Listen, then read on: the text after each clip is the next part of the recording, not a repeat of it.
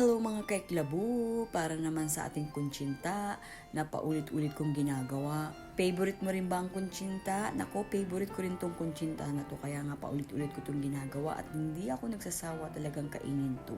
Tara na at panoorin mo na at baka gusto mo rin tong itry. Para sa ating mga ingredients, may water, sugar, all-purpose flour, cassava flour, ube flavor, at lye water. Dito nga sa ating mixing bowl, nilagay ko na nga dito yung ating granulated sugar. Sinunod ko na rin nilagay yung ating water dito, tapos hinalo-halo ko lang to. Tapos next ko na nga nilagay dito yung ating all-purpose flour. Gumamit nga pala ako dito ng strainer para naman walang buo-buo na makasama dyan.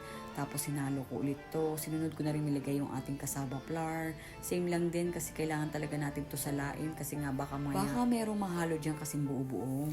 Yung cassava flour pala tsaka tapioca flour, iisa lang po yun. At kapag ka nakakita kayo ng mga bula-bula dito, tanggalin nyo na rin to. Kasi nga, diba, dapat talaga walang bulay yung ating mixture dito. At dahil nga nilagay na natin dito yung ating mga dry ingredients, dapat haluin natin to na mabuti. At next ko na nga pala nilagay dito yung ating lye water o lehia water. Then, ang ginawa ko nga ulit dito ay sinala ko siya ulit para naman makita natin kung meron pang buo-buo na iwan dyan. At dahil nga ube flavor yung ating kuntsinta dito, maglalagay tayo dito ng ube flavoring. Pwede rin kayong gumamit ito ng ube powder, basta kahit anong ube, pwede nyo lagay dyan.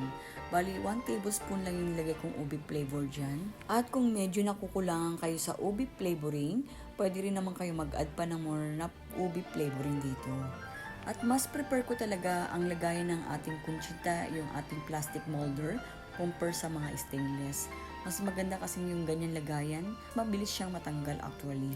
At mas maganda na rin na pahiran pala ninyo yung ating molder dito ng coconut oil para mas maganda siya kapag tinatanggal na natin yung ating kuntsinta dito. At pagdating naman sa pag-i-steam ng ating kuntsinta, in-steam ko nga lang pala to ng mga 10 to 12 minutes. O diba, ganun lang kadali gumawa ng kuntsinta. At sana po may natutunan po kayo sa aking recipe ngayon. At kung nagustuhan mo nga to, huwag mo na rin kalimutan na i-like and share.